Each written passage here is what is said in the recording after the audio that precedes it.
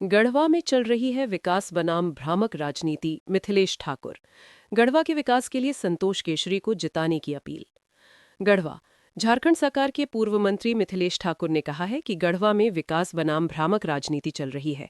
उनके कार्यकाल में किए गए विकास कार्यों ने गढ़वा जिले में आमूल चूल परिवर्तन की नई तस्वीर प्रस्तुत की है। गढ़वा ही नहीं बल्कि पूरे झारखंड प्रदेश में इन कार्यों की चर्चा आज भी विकास मॉडल के रूप में की जाती है। आधारभूत संरचना, प्रशासनिक सुविधाओं और सार्वजनिक स्थलों के निर्माण ने जिले को नई पहचान दिलाई। आधुनिक कलेक्ट्रेट भवन और उसके सामने विकसित भव्य पार्क आज गढ़वा का लैंडमार्क बन चुके हैं, जिसकी सराहना दूर दराज से आने वाले लोग भी करते हैं। श्री ठाकुर ने सोमवार को गढ़वा स्थित अपने आवास पर प्रेस कॉन्फ्रेंस आयोजित कर उक्त बातें कहीं। श्री ठाकुर ने कहा कि आगामी नगर निकाय चुनाव में गढ़वा नगर परिषद की जागरूक जनता झामुमो समर्थित उम्मीदवार संतोष केशरी को जिताकर मुंह तोड़ जवाब देने के लिए तैयार है। जनता अब खोखले वादे नहीं बल्कि जमीन पर काम करने वाले नेतृत्व को चुनने के लिए प्रतिबद्ध हो चुकी है। उन्होंने कहा कि संतोष केशरी के नेतृत्व में गढ़वा नगर परिषद में ठप पड़ी विकास की रफ्तार फिर से तेज होगी और शहर के सर्वांगीण विकास का नया अध्याय शुरू होगा। उनका विजन गढ़वा को नई पहचान देने और विकास के नए आयाम स्थापित करने का काम करेगा। गढ़वा से विकास कुमार की रिपोर्ट। देखिए, सबसे पहले तो आप सभी लोकतंत्र के चौथे स्तंभ मीडिया के हमारे साथियों का बहुत बहुत स्वागत झारखंड मुक्ति मोर्चा के इस प्रेस कॉन्फ्रेंस में। और आज आप सभी जान रहे हैं कि हमारी शहर की सरकार चुनने का मौका राज्य की जनता को 23 फरवरी को मिलने वाला है। और लंबा समय बीच में गैप रहा, 2 साल, और सभी ये आप जानते हैं कि इसके पीछे कारण भी क्या रहा कि बहुत सारी प्रक्रियाओं से गुजरना पड़ा। बहुत सारी प्रक्रियाएं, बहुत सारे जो दिशा निर्देश थे, उन दिशा निर्देशों का अनुपालन करते हुए और माननीय न्यायालय का सम्मान करते हुए देर आए दुरुस्त आए। सभी जो भी विसंगतियां थी सभी को दूर करके और आज राज्य निर्वाचन आयोग ने चुनाव की घोषणा कर दी है। 23 फरवरी को जनता को अपना प्रतिनिधि चुनने का, शहर की सरकार बनाने का मौका मिलने वाला। 27 को इसका परिणाम आएगा। तो दलीय आधार पर तो चुनाव नहीं हो रहे हैं, लेकिन हम लोकतांत्रिक देश में हैं और हमारा राजनीतिक दल है झारखंड मुक्ति मोर्चा। तो हम इसमें पीछे नहीं रहें ताकि शहर के लोग, जो शहरी क्षेत्र के लोग हैं, उनको ऐसा प्रतिनिधि मिले जो शहर के लिए हो, शहर की जनता के लिए हो, शहर के विकास के लिए हो और शहर की समस्याओं के निराकरण के लिए हो। तो हमारे पार्टी में आंतरिक लोकतंत्र भी बहुत मजबूत है।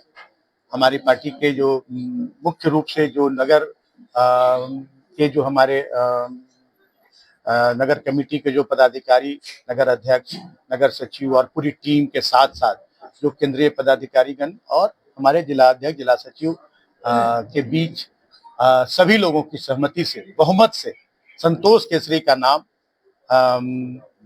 नगर पालिका के अध्यक्ष पद के लिए आगे आया और सभी लोगों ने इस पर मुहर लगाई। और आज संतोष केसरी झारखंड मुक्ति मोर्चा के समर्थित उम्मीदवार के रूप में चुनाव में हैं।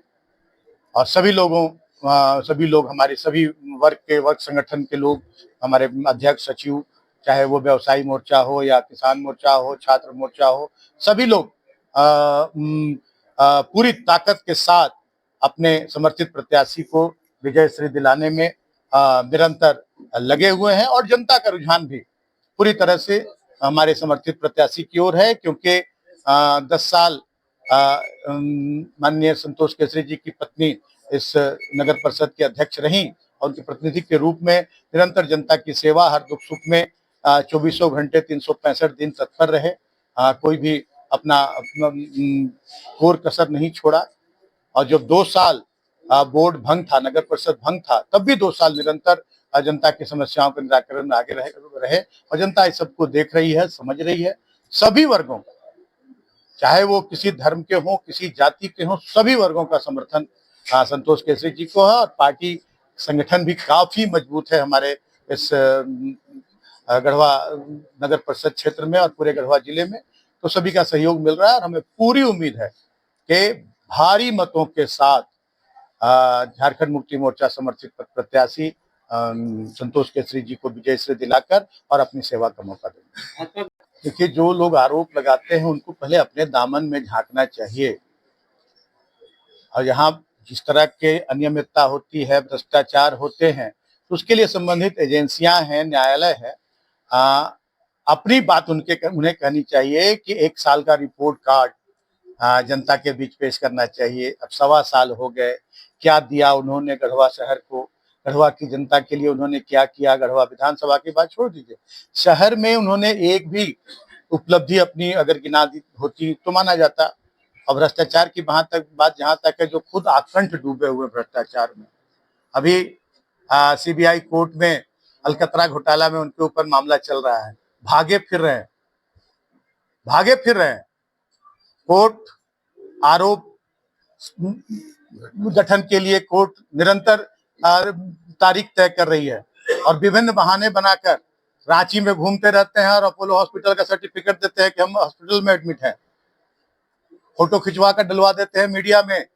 तो अपने अंदर झांकना चाहिए कि अपने कितने आकंठ डूबे हुए भ्रष्टाचार में, और उनका वसूली गैंग पूरे गढ़वा विधानसभा में त्राहिमाम मचा कर रखा है।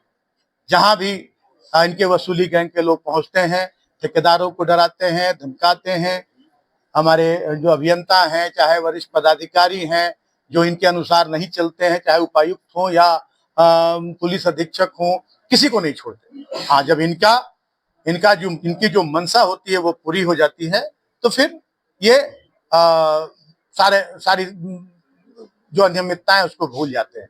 अभी 26 तारीख को आप लोगों ने देखा होगा कि नगर परिषद का एक भव्य भवन का निर्माण हो रहा है। वहां 26 तारीख को पूरा देश झंडोत्तोलन कर रहा था, गणतंत्र दिवस मना रहा था, और वो अपने मिशन में लगे हुए थे। वो मछली और पानी देख रहे थे, कहाँ पानी है, कहाँ मछली है। आज उस तालाब में मछली भी आ गई, पानी भी आ गया, क्योंकि जो उनका उद्देश्य था वो पूरा हो गया। अब उनसे पूछना चाहिए कि पानी और मछली कहाँ है, और उसके बाद चल दिया यहाँ से। अब फिर प्रकट हुए हैं, फिर जनता को दिग्भ्रमित करने के लिए गढ़वा में। और फिर जैसे ही चुनाव संपन्न होगा, अगर अपने मकसद में कामयाब हो गए तो ठीक, नहीं कामयाब हुए तब भी ठीक, फिर गधे के सिंह की तरह गायब हो जाएंगे और बीमारी का बहाना बनाकर घूमते रहेंगे दिल्ली, रांची, पटना, यहाँ वहां। तो यही जनप्रतिनिधि हैं, वो किस पर क्या आरोप है, वो आरोप न्यायालय साबित करेगी। तो ये घूम घूम कर चारों ओर खुद क्या किया ये नहीं बता रहे।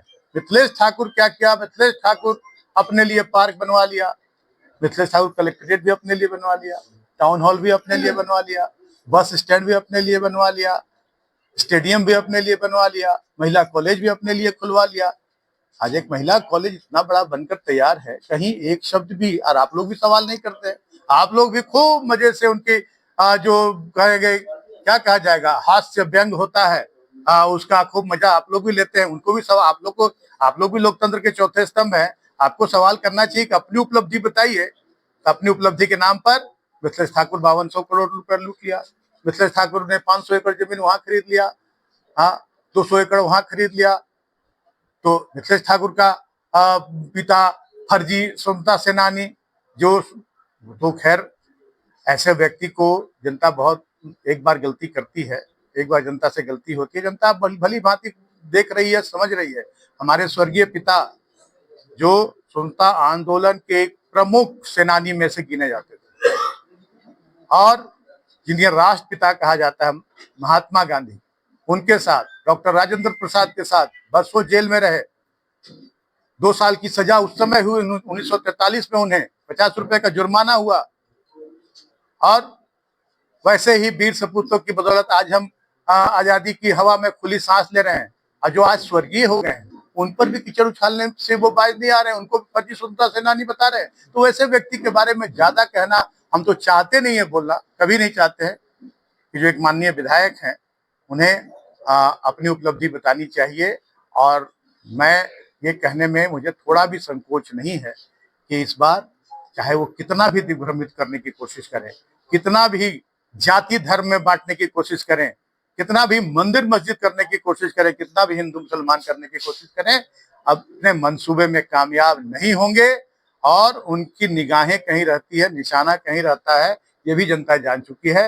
इसलिए जनता अब इनके झांसे में नहीं आएगी और झारखंड मुक्ति मोर्चा समर्थित प्रत्याशी संतोष केसरी को भारी बहुमत से विजय दिलाकर और अपनी सेवा का मौका दिया। पार्टी में तो सभी को अधिकार है, सभी की इच्छा होती है कि हम जो राजनीतिक दल का एक उद्देश्य होता है किसी ऐसे पद पर हम संवैधानिक पद पर जाएं और ये दलीय आधार पर चुनाव हो भी नहीं रहे हैं। लेकिन पार्टी के सभी वर्ग संगठन, पार्टी का जो मुख्य हमारा झारखंड मुक्ति मोर्चा की जिला कमेटी है, हमारे नगर कमेटी है और एक हम लोगों ने पैमाना तय करके और आंतरिक लोकतंत्र का एक हम लोगों ने बहुत अच्छा उदाहरण देते हुए हम लोगों ने सभी उम्मीदवारों की उम्मीदवारी मांगी। 5 उम्मीदवार आए, लेकिन संतोष केसरी जी के पक्ष में सबसे ज्यादा हमारे पार्टी के वरिष्ठ पदाधिकारियों का, हमारे वरिष्ठ कार्यकर्ताओं का समर्थन था। तो पार्टी ने उन्हें अपना समर्थित उम्मीदवार घोषित किया और किसी को भी पार्टी ने चुनाव लड़ने से नहीं रोका कि जनता का समर्थन अगर आपके पास साथ है तो आप चुनाव लड़ने के लिए स्वतंत्र हैं। बहुत लोगों ने नामांकन भी किया, थोड़ी देर की तकलीफ लगी, बहुत लोगों ने नहीं भी किया नामांकन, उनका भी हम बहुत स्वागत करते हैं। बहुत लोगों ने नामांकन किया और नामांकन वापस लिया पार्टी के हित में, बहुत लोग मैदान में भी हैं। तो उन पर किसी तरह का कोई रोक टोक हमारी तरफ से नहीं है। पार्टी का हमारे जो केंद्रीय अध्यक्ष हैं, इस पर वो जब भी जो निर्णय लेना होगा चुनाव के बाद लेंगे। लेकिन इसके साथ ही साथ हम लोगों ने, पार्टी की जिला कमेटी ने यह निर्णय लिया है कि पार्टी के जो हमारे सिपाही हैं, पार्टी के जो हमारे कार्यकर्ता हैं, पदाधिकारी हैं, उनको एकजुट होकर पार्टी समर्थित उम्मीदवार के पक्ष में काम करना है। अगर वो इसके विपरीत कोई भी आचरण करते हैं तो उनके ऊपर अनुशासनात्मक कार्रवाई पार्टी की जिला कमेटी करेगी।